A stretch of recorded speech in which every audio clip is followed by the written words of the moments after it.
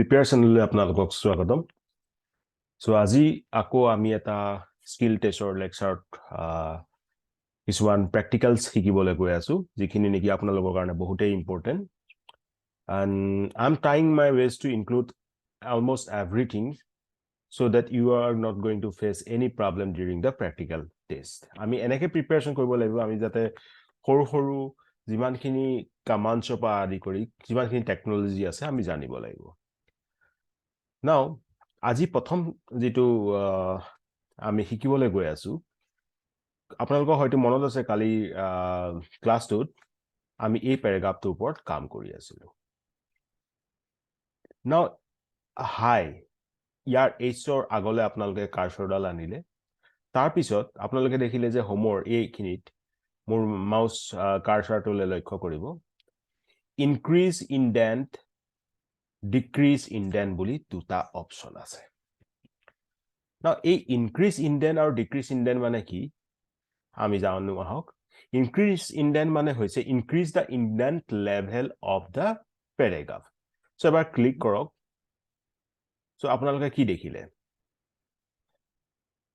এই হাইটো আকৌ এবাৰ মই আনটো দেখুৱাই দিছো। Now it is changed to this position, right? Now আকৌ মই আপোনালোকক দেখুৱাব বিচাৰিম ডিক্ৰিজ ইনডেন্টটো ইয়াত আহি পেলাই এবাৰ অনলে লৈ আনক বা আপোনালোকে এটা কাম কৰিব মই এটা বস্তু দেখুৱাই লৈছো। ওকে এতিয়া ওয়াৰ্ডৰ শেষলে মাউস কাৰ্সৰটো লৈ আনক আৰু ডিক্ৰিজ ইনডেন্টত ক্লিক কৰক। সো আপোনালোকে গম পাইছে যে ইনক্ৰিজ ইনডেন্টত আমি অলপ জায়গা এৰি পেলাই right side or ফালে আহি গৈছো yes আৰু decrease indentত অলপ জায়গা আমি ফৰৱাৰ্ড কৰি পেলাই লেফট সাইডলৈ আহি গৈছো আৰু প্যাৰাগ্ৰাফ লিখোতে কেতিয়াবা এইবিলাক এই ইনডেন্টৰ বহুতেই দৰকাৰ হয় সো হেতু কাৰণে এটো আমি জনা উচিত। দেন নেক্সট থিং মই যেটো আপোনালোকক দেখাবলৈ গৈ আছো হেতু হৈছে আমি কেতিয়াবা আমাৰ নিজৰ ডকুমেন্টখনত নিজৰ এটা আইডেন্টিটি আনিব বিচাৰো নিজৰ এটা আইডেন্টিটি মানে আমি এটো দেখাব বিচাৰো যে এই ডকুমেন্টখন পাৰ্টিকুলাৰলি আমাৰ ৰাইট আৰু যেতিয়া হেতু কৰো তেতিয়া আমি এটা টেকনিক এপ্লাই কৰো যেটুক নেকি আমি কওঁ watermark মনত ৰাখিব watermark is the technique by which we try to actually show that this particular document is our own right is our own document and that will actually be on copyrighted. আমি এটো দেখাব বিচাৰিম এতিয়া যে watermark কেনেকৈ আমি এই ডকুমেন্টখনত আনিম। সো আপোনালোকে এই এনেকুৱা এখন ডকুমেন্ট যত কাম কৰি আছে বৰ্তমান যিখিনি মই আপোনালোকক অ্যাসাইনমেন্ট দি আছো আই হোপ আপোনালোকে কৰি গৈছে সেই ডকুমেন্টখন খুলি লব দেন পেজ লেআউট বুলি যেটো অপচন আছে তালে আহিব আপোনালোকে দেখা পাইছে মোৰ মাউসৰ কাৰ্সৰটো পেজ লেআউটত আছে তাত এবাৰ ক্লিক কৰিব দেন ইয়াত এটো দেখিছে এ লিখা আছে আৰু watermark লিখা আছে ইয়ালে লৈ আনক মাউস ক্লিকটো দেখিব insert hosted text behind the content on the page. This is often used to indicate that a document is to be treated specifically or specially such as confidential or urgent. আমি কেতিয়াবা urgent ডকুমেন্টৰ কাৰণে আৰু বা আমাৰ নিজৰ কপিৰাইটেড document বা আমাৰ নিজৰ সিক্ৰেট ডকুমেন্টৰ কাৰণে watermark ইউজ কৰো। সো প্ৰথমতে আমি শিকিম কাস্টম watermark কেনেকৈ দিব লাগে একেবাৰে তললৈ আহক এটো দেখিছে কাস্টম watermark ইয়াত ক্লিক কৰক। সো watermark মানে তো আপোনালোকে বুজিলে যে আমাৰ যিখন ডকুমেন্ট থাকিব যিখিনি কন্টেন্ট থাকিব মানে যেনেকৈ এটো প্যাৰাগ্ৰাফ তাৰ পাছফালে এখন পাৰ্টিকুলাৰ ফটো বা পাৰ্টিকুলাৰ টেক্সট আহি যাব। সো মই এটো বিচাৰিছো পিকচাৰ watermark ক্লিক কৰক পিকচাৰ watermark দেন দেখিছে সিলেক্ট পিকচাৰত ক্লিক কৰক then skill test computer dot মই এখন পিকচাৰ ৰাখিছো আমাৰ এই চেনেলটোৰ নামেৰে যেনেকৈ প্ৰিপেয়াৰ ওকে আমাৰ চেনেলটোৰ নামেৰে আমাৰ এখন পিকচাৰ আছে প্ৰিপেয়াৰ আৰু মই বিচাৰিছো এই ডকুমেন্টখনত আমাৰ এই prepare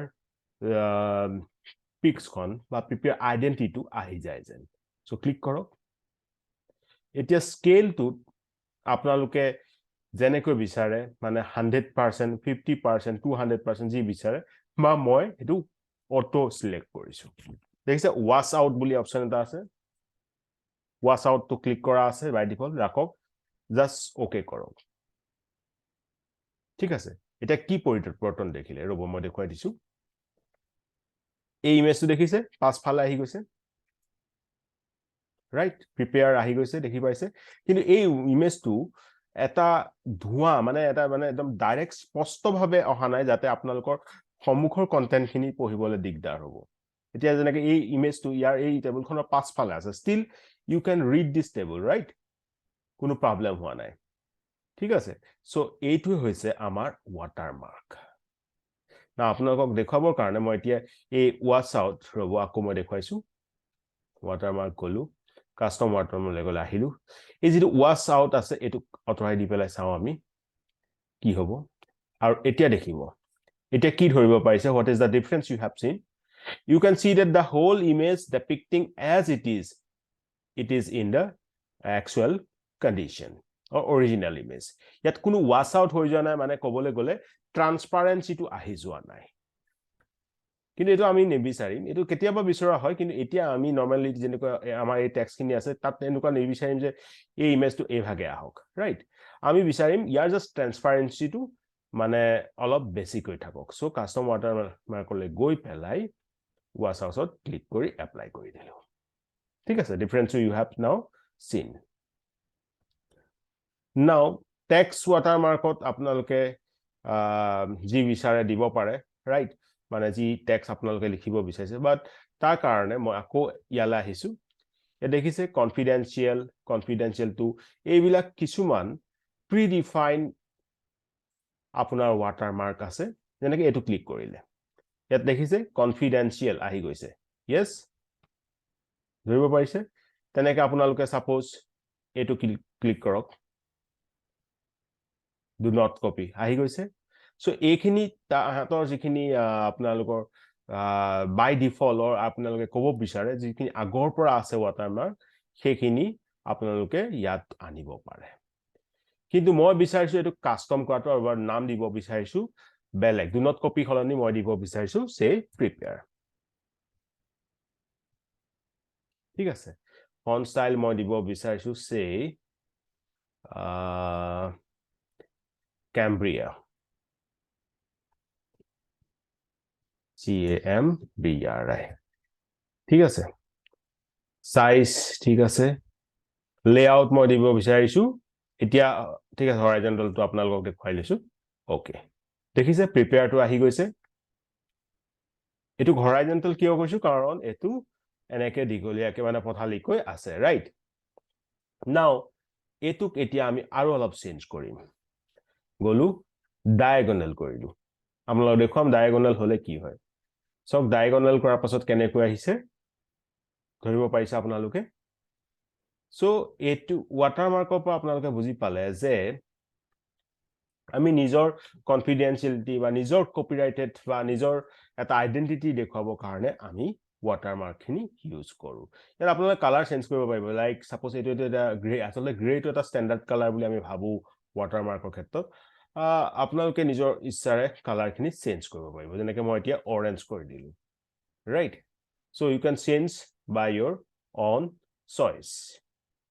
now let's change it to again back to our own channel's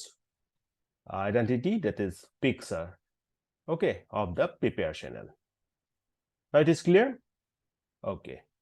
let's come to next point of today's class এতিয়া আমি প্ৰথম কথা আমাৰ এতিয়া এই ডকুমেন্টখন অৰ ওৰিয়েন্টেশন কি কব পাৰিবনে সকচোন এবাৰ ভালকৈ চাই তাৰছত ভিডিওটো পজ কৰি পেলাই ককচোন এটো কোনটো ওৰিয়েন্টেশনত আছে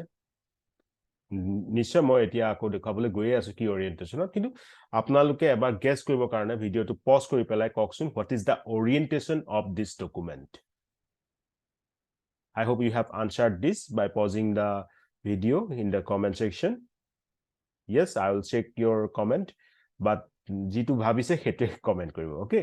now মই কবলৈ কৈ আছো এটো আমাৰ আছে সক এপিনে আপোনালোকে মই খেনাখনো কৈছিলো যেতিয়া ইয়াৰ উইথটো বেছিকে থাকে মানে হৈছে কি হয় এটো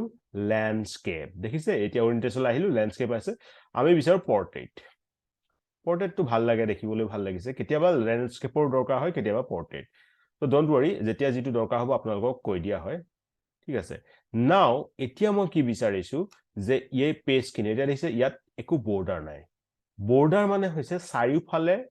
এটা সীমা থকা মানে চাৰিওফালে এডাল আঁচ থকা বুলি ক'ব পাৰি লাইন থকা বুলি ক'ব পাৰি দেখুৱালে ভালকে বুজি পাব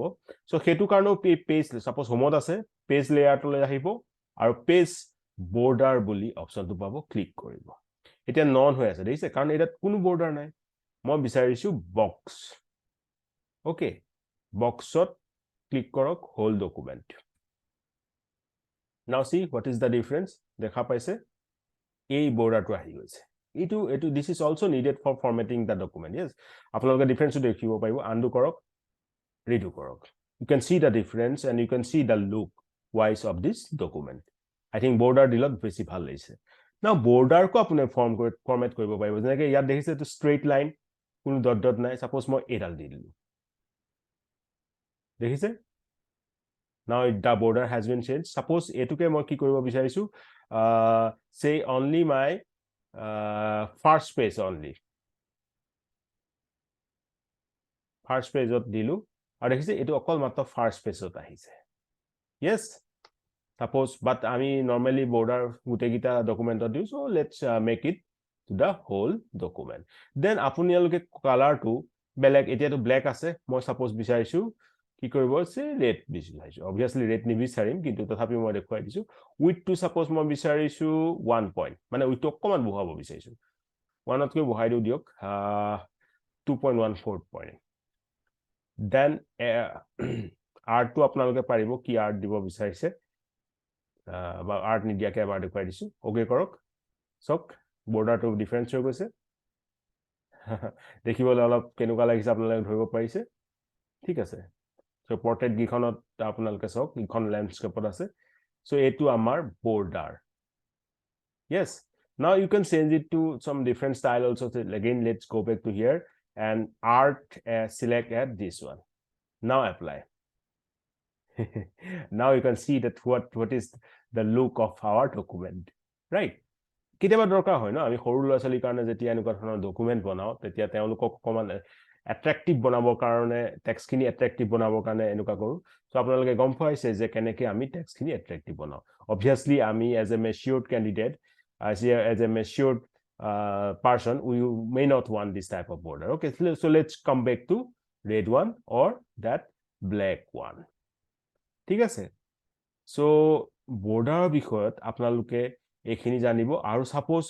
আপোনালোকে বিচাৰে 3D বৰ্ডাৰ কৰা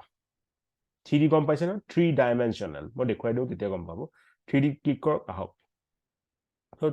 3D মানে কি হয় আসলতে 3 ডাইমেনশনালত লুকটো অকমান শ্যাডো আহি যায় ওকে সো 3D আমি এনেকে দিম ইয়ালা ডাইৰেক্ট ইয়াত 3D ক্লিক কৰিব এপ্লাই কৰিব ওকে দেন শ্যাডো মানে কি আপুনি ঘৰটোতে গম পাব শ্যাডো মানে আপোনাৰ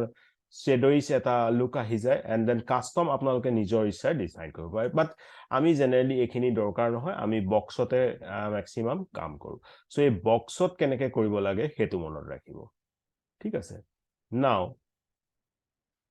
আৰু এটা মই বস্তু আপোনালোকক দেখুৱাম wait সো প্ৰথম ডকুমেন্টখনলৈ আহো এটু কাৰণে আপোনালোকে প্ৰথমতে সিলেক্ট কৰক সিলেক্ট কৰিলো ৰাইট এটা টেক্সটখিনি সিলেক্ট কৰিলো তাৰ পিছত পেজ বৰ্ডাৰলৈ গলো তাৰ পিছত শেডিং অলে গলো নো কালাৰ হলনি সাপোজ মই এই কালাৰটো দিলো আৰু ইয়াত ষ্টাইলত সে 5% কৰিলো আৰু কালাৰটোত অটোমেটিক কৰিলো সাপোজ অটোমেটিক হলনি এটো কৰিলো কালাৰ দেন ওকে কৰিলো নাই চাওকচোন then you will see that কি হৈছে যিখিনি সিলেক্ট কৰিছিল ডকুমেন্ট হেখিনি এতিয়া তাৰ বেক ফলে অলপ আমি যে কেতিয়াবা পেন্সিলেৰ শেডিং কৰো বুলি যে কওঁ যাতে হেখিনি পঢ়িবলৈ অলপ ভাল হৈ যায় লাইক মই মাৰ্কিং কৰা কথা কোৱা না বা হাইলাইট কৰিবৰ কথা কোৱা নাই কেতিয়াবা শেডিংও কৰো আমি পেন্সিলৰ সমুখৰ অংশই সো হেতুকে কয় শেডিং বুলি আৰু ইয়াতো আমি দেখিলো কেনেকৈ শেডিং কৰিব লাগে ইয়াৰ কাৰণে আপোনালোকে যদি হোমত আছে পেজ লেআউটলে গৈ পেলাই পেজ বৰ্ডাৰত ক্লিক কৰি পেলাই শেডিং অপচনত গৈ পেলাই নিজৰ মনৰ ইচ্ছাৰে আপোনালোকে ইয়াত সাপোজ ফিল এটো কালাৰ কৰিছে সাপোজ নো কালাৰ কৰক বা আপোনালোকে ষ্টাইলটো সাপোজ কিমান পাৰ্সেন্ট বিচাৰিছে হে ডট ডট বিলাক থকাটো and then color কি বিচাৰিছে accordingly আপোনালোকে এইখিনি শেডিং কৰিব পাৰিব okay so today we have learned few of the very important things like indent কেনেকৈ দিব লাগিব increase indent আৰু decrease indent কেনেকৈ দিব লাগিব and most importantly today we have learned how to insert the watermark default wise or our own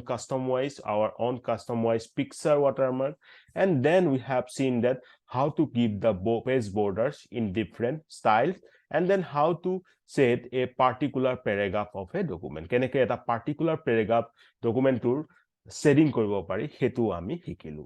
আৰু মই ভাবো যে আজিলৈ ইমানে যথেষ্ট আৰু আপোনালোকে এইখিনি প্ৰ্যাকটিস কৰি লব মোক জনাব যদি কিবা এটা প্ৰবলেম হয় সো খুব সোনকালে নেক্সট লেকচাৰত আমি লগ পাই আছো তেতিয়ালৈকে ভালকে পঢ়ি যাওক ভালকৈ প্ৰিপাৰেচন কৰি যাওক সো তেতিয়ালৈকে টেক কেয়াৰ জয় আই অসম